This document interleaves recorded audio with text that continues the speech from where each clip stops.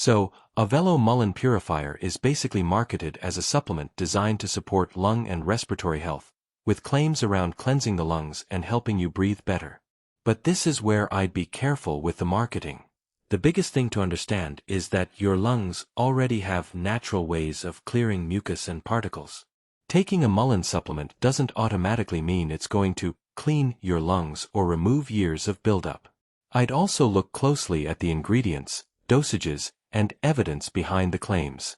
Mullein has a long history of traditional use, but that doesn't mean every health claim made about a modern supplement has been clinically proven. So, is Auvello Mullein Purifier worth buying? I wouldn't expect dramatic lung cleansing results based purely on the advertising.